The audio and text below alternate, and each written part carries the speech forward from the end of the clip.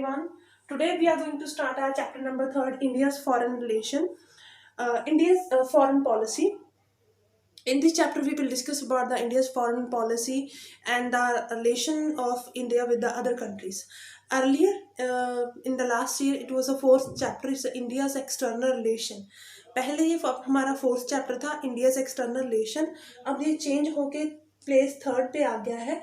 ठीक है, बट इसमें बहुत सारा कुछ है जो कट हो गया है. वैसे तो आपको इंडिया से एक्सटर्नल रिलेशन ही चैप्टर करना है, वही से ही पढ़ना है, बट उसमें जो देख लो कौन कौन से टॉपिक हैं जो आपको नहीं करने हैं.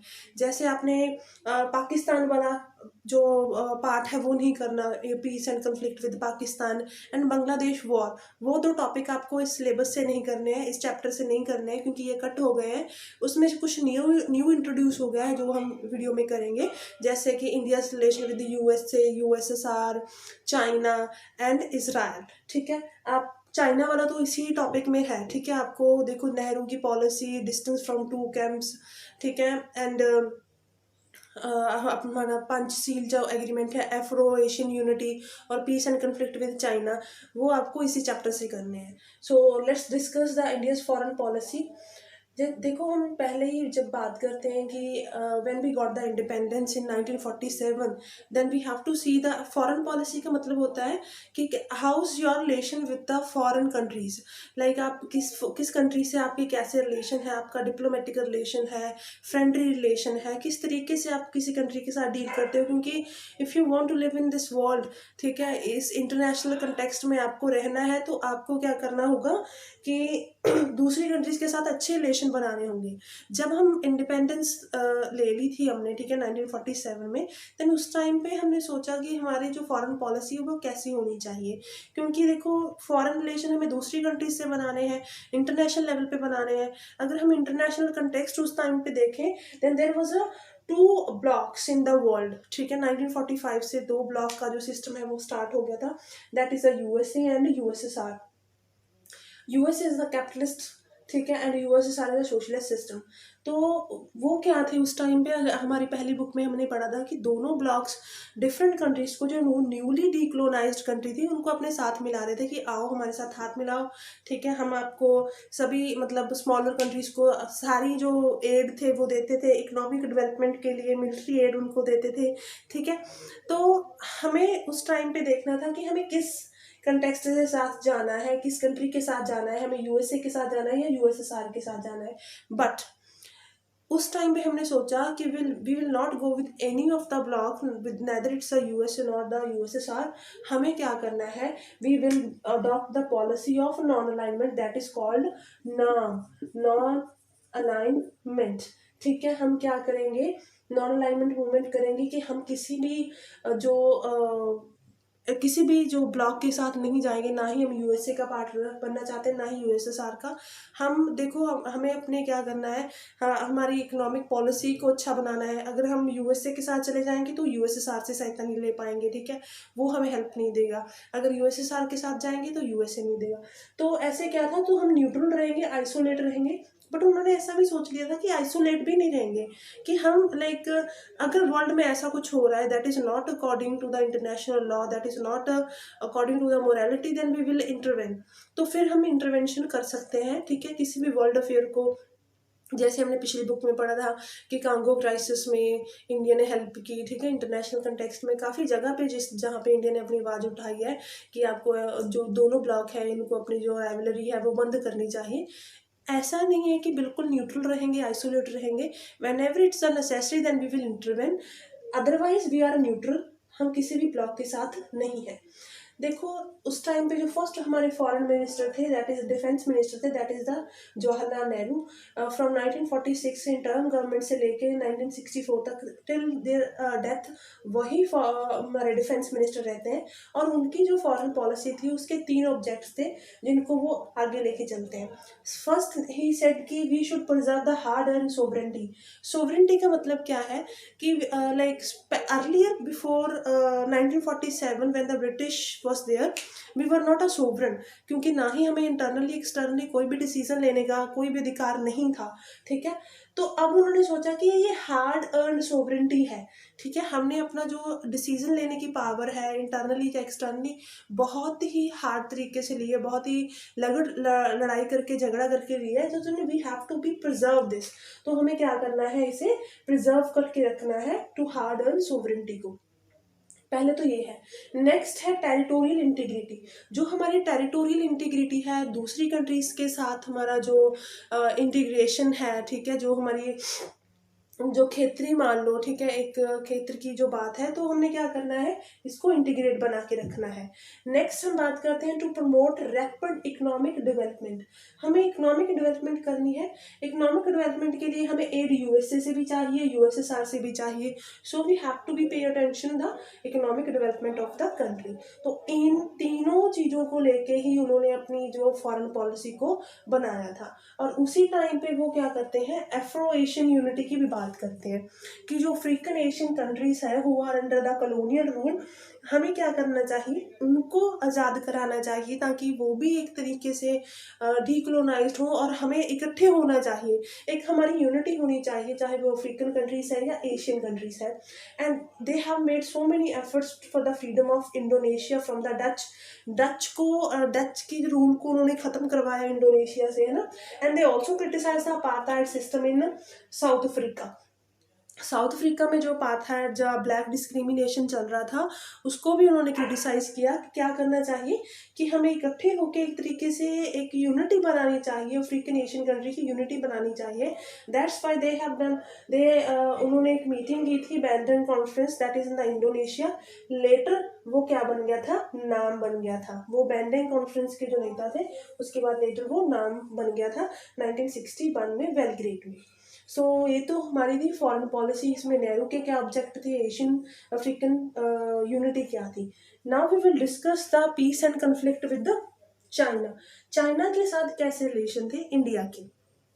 अगर हम बात करें, India got the independence in 1947 and China got the independence इन 1949, ठीक है। 1949 के बाद वो इंडिपेंडेंस लेते हैं। We have started our friendship on the friendly note, ठीक है। बहुत सारे जो नेता थे, दे वर सेड दैट कि चाइना हम पे कभी भी अटैक कर सकता है, बट नेहरू सेड कि नहीं, ऐसा नहीं है, उनको हम थोड़ा लाइटली ले लेते हैं चाइना को, ठीक है। जो हमारे जो कल्चरल की बात कर लो, ठीक है, टेरिटोरियल की बात कर लो, तो हम एक दूसरे के साथ ही हैं, ठीक है। हम पंचशील एग्रीमेंट करते हैं चाइना के साथ, जिसमें 5 प्रिंसिपल है। 5 प्रिंसिपल में ये था कि देखो, हम एक दूसरे के कल्चर को प्रिजर्व करके रखेंगे, एक दूसरे की जो टेरिटोरियल इंटीग्रिटी है, जो हमारी मतलब सरहदें हैं, एक दूसरे के काम में इंटरफेरेंस नहीं करेंगे, एक दूसरे की सोवरेंटी में इंटरफेरेंस नहीं करेंगे, ठीक है। 5 एग्रीमेंट किस में होता है, प्राइम मिनिस्टर नेहरू में होता है, और जीरो लाई में होता है अप्रैल 29 को 1954 में। 5 प्रिंसिपल कि हम अपने मतलब एक ही तरीके का वो एग्रीमेंट था, कि एग्रीमेंट क्या था कि दोनों ही अपने कंट्री की जो फ्रीडम बनाए रखेंगे, अननेसेसरली एक दूसरे में इंटरवेंशन नहीं करेंगे। बट हमारे जो चाइना के साथ इश्यूज हैं वो कौन कौन से होते हैं। सबसे पहले है तिब्बत इशू। तिब्बत देखो क्या है, एक एरिया है, एक रीजन है, ठीक है। वो चाइना के साथ भी पड़ता है और इंडिया के साथ भी पड़ता है। चाइना क्या करता है, तिब्बत पे अपना क्लेम स्टार्ट कर देता है कि क्या है, जो तिब्बत है वो हमारा एरिया है, ठीक है। तो उसी टाइम पे, एक टाइम पे जीहुन लाई के साथ दलाई लामा जो है वो इंडिया आते हैं, उनके साथ एज अ लाइक मतलब बन के दोनों आते हैं, क्योंकि वो स्पिरिचुअल लीडर थे दलाई लामा। तो जब वो इंडिया आते हैं तो वो बताते हैं कि जो चाइना ने हमारी बहुत जो सिचुएशन है तिब्बत में ख़राब कर रखी है, ठीक है, वो हमारी टेरिटरी पे अननेसेसरली कंट्रोल कर रहे हैं, ठीक है। जवाहरलाल नेहरू को वो आके बताते हैं। उसके बाद ही क्या होता है कि 1959 में चाइना है वो तिब्बत पे अपना क्लेम स्टार्ट कर देता है, और दलाई लामा अपने फॉलोअर्स के साथ इंडिया आ जाते हैं, ठीक है। इंडिया आके वो शरण ले लेते हैं और इंडिया उसको असाइलम दे देता है, और चाइना इसका स्ट्रांगली अपोज करता है कि नहीं, ये गलत बात है, आप जो पंचशील का एग्रीमेंट था उसको क्या कर रहे हो, डिनाई कर रहे हो, ठीक है, उसको मतलब ओवर क्रॉस कर रहे हो, ठीक है, कि ऐसा नहीं है कि पहले तो हमने हमने एग्रीमेंट किया था कि हम एक दूसरे की इंटीग्रिटी को बना के रखेंगे, एक दूसरे की जो मैटर्स में इंटरफेरेंस नहीं करेंगे, तो आप दलाई लामा को क्यों असाइलम दे रहे हो, पॉलिटिकल असाइलम दे रहे हो? तो इसी बात पे उनका झगड़ा हो जाता है तिब्बत इशू पे। नेक्स्ट जो था हमारा बाउंड्री डिस्प्यूट था। अगर आप देखोगे कि जो तिब्बत, मोस्टली तिब्बतन है, धर्मशाला में रहते हैं, हिमाचल प्रदेश में रहते हैं, बहुत सारे फॉलोअर्स जो उस टाइम पे तिब्बत में थे यहाँ पे आके रह गए थे, और तिब्बत पे कुछ हिस्सों पे क्लेम कर लिया था चाइना ने और उसको अपना एक तरीके से इंटेग्रल पार्ट बना लिया था। देखो तिब्बत वालों की प्रॉब्लम क्या है, वो चाइना के जो क्लेम है उसको क्यों डिनाई करते हैं, क्यों मतलब उसको नहीं मानते, क्योंकि उनको लगता है कि ये तिब्बतन जो हमारा कल्चर है उसको ख़त्म करना चाहते हैं चाइनीज़। नेक्स्ट है हमारा बाउंड्री डिस्प्यूट, जो हमारा सरहदी डिस्प्यूट है। जो हमारी सरहदें बनाई गई थी 1947 में during the British rule, China said that it's not according to us, ठीक है, ये हमारे तरीके से नहीं है, ये गलत बनाई गई थी। और चाइना हमारे दो एरियाज पे क्लेम करता है, और एक साइचिन एरिया है, एक नेफा है जिसको हम अरुणाचल प्रदेश कहते हैं। एंड उसी टाइम पे क्या करता है चाइना, एक अटैक, मतलब जो साइचिन का कुछ एरिया है उस पर वो स्ट्रैटेजिक रोड बनाना स्टार्ट कर देते हैं, और तभी वो अटैक करते हैं, हमारा एक इन्वेजन करते हैं अक्टूबर 1962 में ऑन द बोथ एरिया, नेफा पे भी और एक साइचिन पे भी।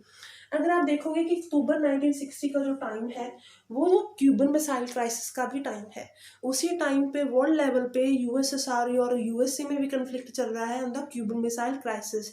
जो हमारी पिछली बुक का फर्स्ट चैप्टर है उसमें फर्स्ट ही टॉपिक है क्यूबन मिसाइल क्राइसिस। तो उसी टाइम पे चाइना ही यहाँ पे भी एक मासिव इन्वेजन स्टार्ट कर देता है। जो फर्स्ट अटैक है वो एक साइचिन पे आता है, ठीक है। सेकेंड मंथ में वो सेकेंड अटैक करते हैं, ठीक है। हमने सोचा था कि चाइना की जो फोर्सेस है उसको वेस्ट साइड से कंट्रोल करेंगे, बट चाइना क्या करता है ईस्ट साइड से, शाम के प्लेन से, हमारे प्लान से हमें अटैक कर देता है। और इन बिटवीन हमारे क्या होता है कि इंडिया की जो फोर्सेस है उतनी मतलब तैयार नहीं होती हैं, और यहाँ पे हमें डिफीट का सामना करना पड़ता है। और इंडिया की जो हार होती है 1962 की वॉर में, that harm the image of India in India also and in foreign also. India की जो इमेज है वो इंडिया में भी बहुत ख़राब होती है और फॉरेन में भी बहुत ख़राब होती है। क्यों? क्योंकि कहा गया था कि नेहरू ने बहुत ज़्यादा अटेंशन पे नहीं की, उन्होंने बहुत लाइट लिया, ठीक है। Lack of preparatory of military casualty, जो मिलिट्री की कैजुअलिटी थी वो बहुत कम थी, प्रिपरेशन नहीं थी हमारी, due to lack of attention हमें क्या हुआ, हार का सामना करना पड़ा। और उसी टाइम पे बहुत सारे जो टॉप कमांडर्स हैं वो रिज़ाइन कर देते हैं या रिटायर्ड हो जाते हैं, ठीक है। जो मैनन है उस टाइम के डिफेंस मिनिस्टर है, मतलब सलाहकार हैं प्राइम मिनिस्टर के, वो भी क्या करते हैं, रिजाइन देते हैं। First time no confidence motion government के खिलाफ पास होता है कि गवर्नमेंट इस गवर्नमेंट के पास क्या है, कॉन्फिडेंस नहीं है, प्रॉपर लोकसभा की पूरी सीटें नहीं है, तो पास हो जाता है, बट वो चलो सक्सेसफुल नहीं होता। बट उस टाइम के 1962 के बाद जो इलेक्शंस होती हैं वो क्या होती हैं, ऐसे इलेक्शन में कांग्रेस बहुत सारी जगह पे लूज कर जाती है। उसका जो 1962 की चाइना के साथ सिनो इंडो चाइना जो वॉर होती है उसके कॉन्सिक्वेंसेस हमें कांग्रेस को नेक्स्ट इलेक्शंस में देखने को मिलते हैं। सो तिब्बत का इशू या बाउंड्री इशू, दोनों इश्यूज हैं जो कि चाइना के साथ हमारी लड़ाई का कारण बनते हैं, और यहाँ पे उसके जो कॉन्सिक्वेंसेस है वो स्टार्ट हो जाते हैं कि हार्म करता है हमारी इमेज को, टॉप कमांडर रिजाइन कर देते हैं, नो कॉन्फिडेंस मोशन स्टार्ट हो जाता है। So now we will discuss the India's relation with the USA, USSR and Israel.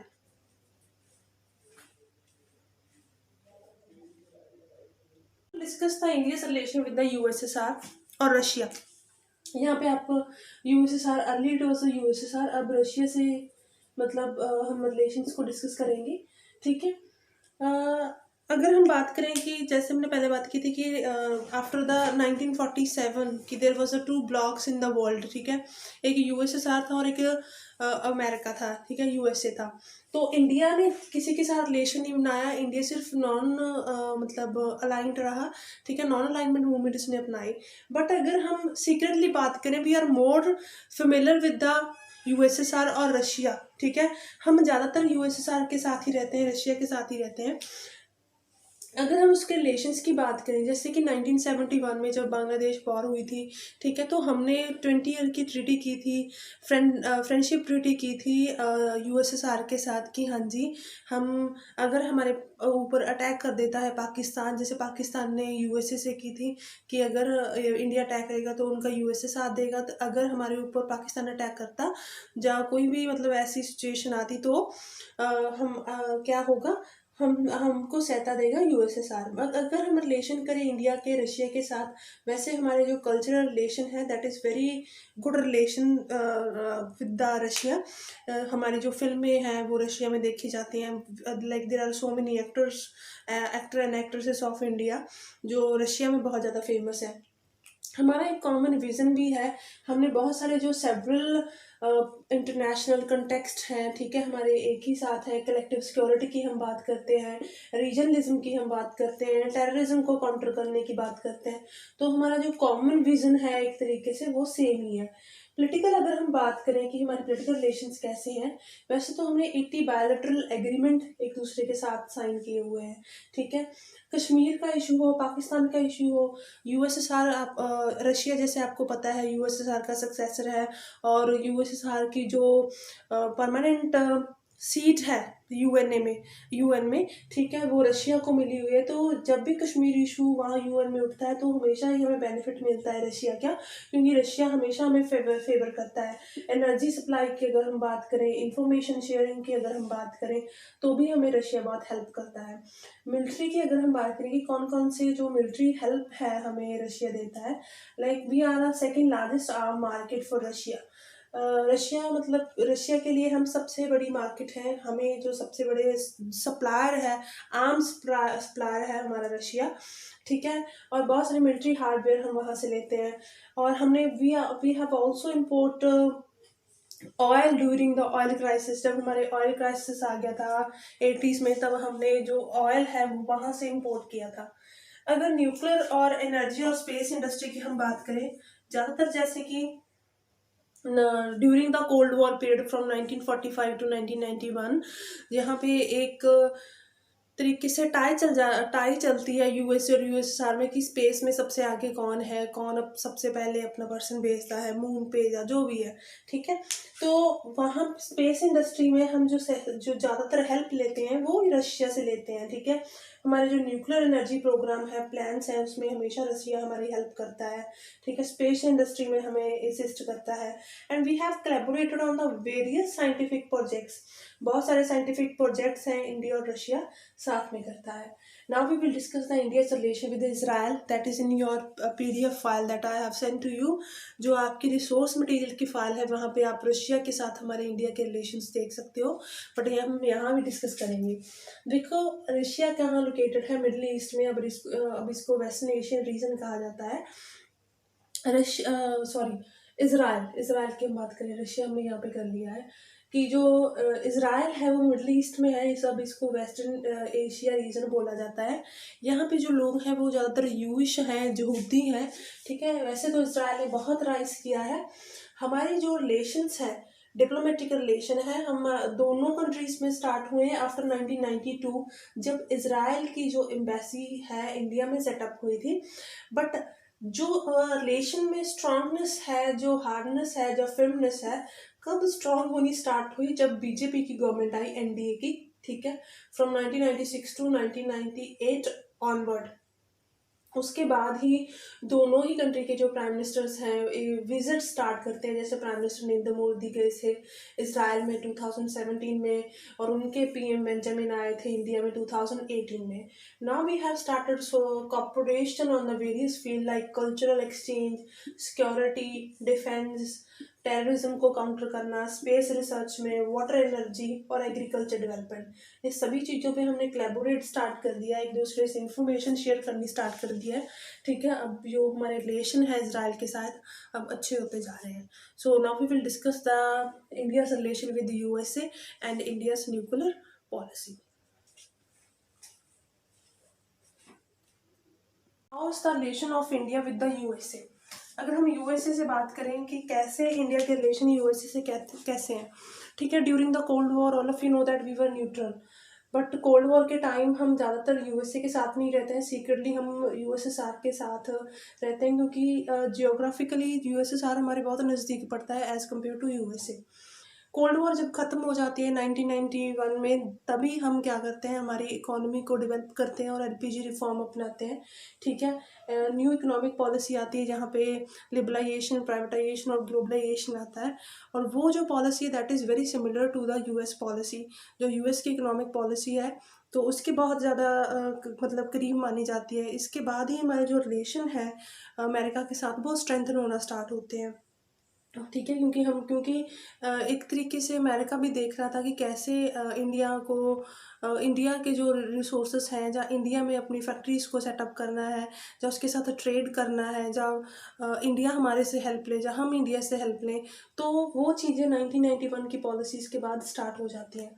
अगर हम इंडिया और यूएसए के रिलेशंस की बात करें, तो हमारा जो सॉफ्टवेयर एक्सपोर्ट है, ठीक है, तो 65% यूएसए ऑब्जर्व करता है। 65% सॉफ्टवेयर एक्सपोर्ट जो है हमारा यूएसए में जाता है।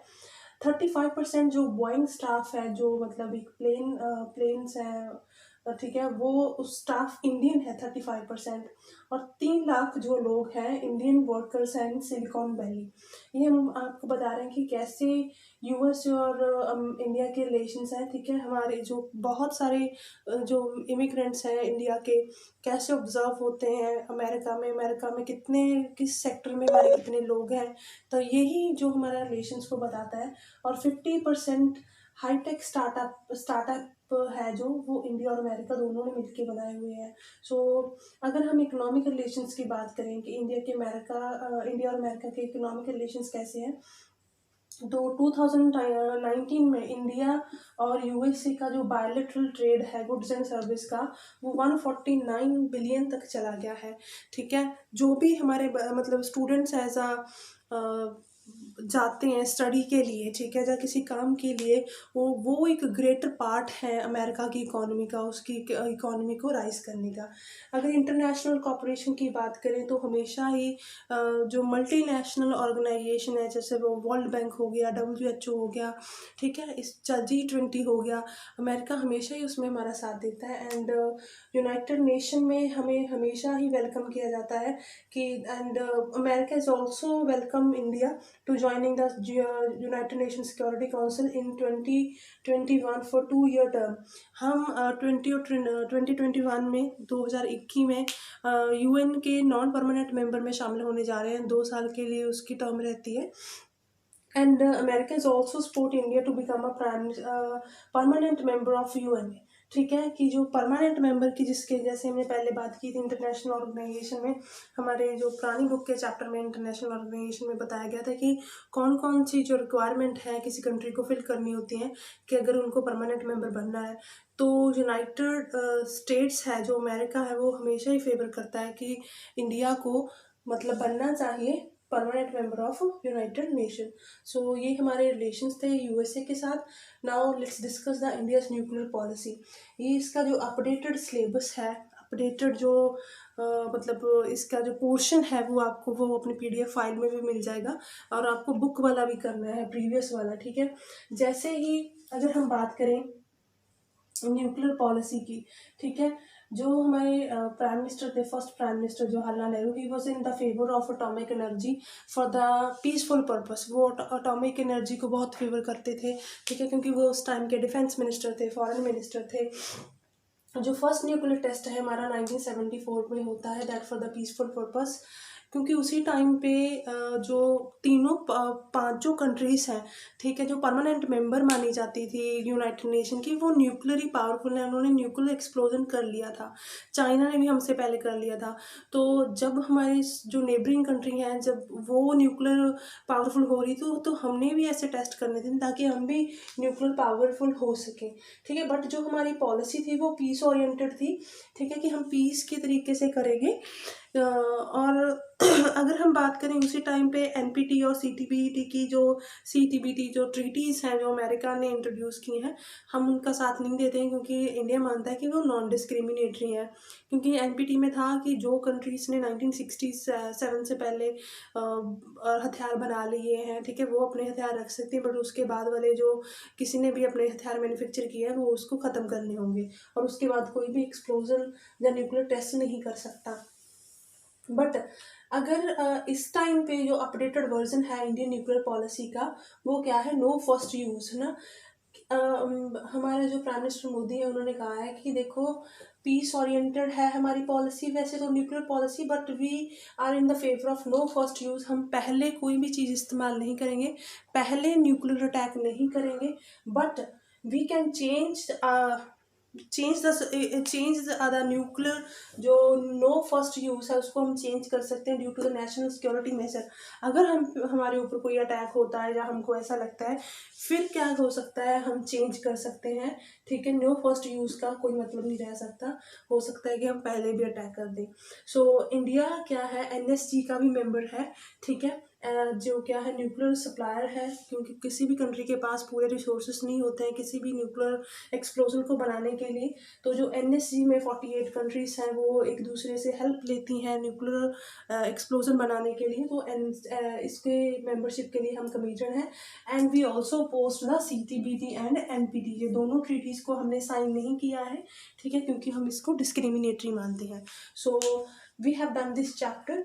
इस चैप्टर में हमने किया है कि कैसे इंडिया की न्यूक्लियर पॉलिसी जवाहरलाल नेहरू से स्टार्ट होती है, ठीक है, कैसे फॉरेन रिलेशन स्टार्ट होते हैं, कैसे हमने दो डिस्टेंस बनाया है दोनों कैंप से, इंडिया के साथ चाइना, इंडिया के चाइना के साथ कैसे रिलेशन है, इजराइल के साथ, रशिया के साथ और यूएसए के साथ, और इंडिया की फॉरेन पॉलिसी कैसी है। सो स्टूडेंट्स, आपने क्या करना है, जो हमारा 4th चैप्टर है इंडिया से एक्सटर्नल रिलेशन, उसको भी पढ़ना है, बट उसमें 2 टॉपिक्स हैं जो आपको नहीं पढ़ने हैं, बांग्लादेश और पाकिस्तान।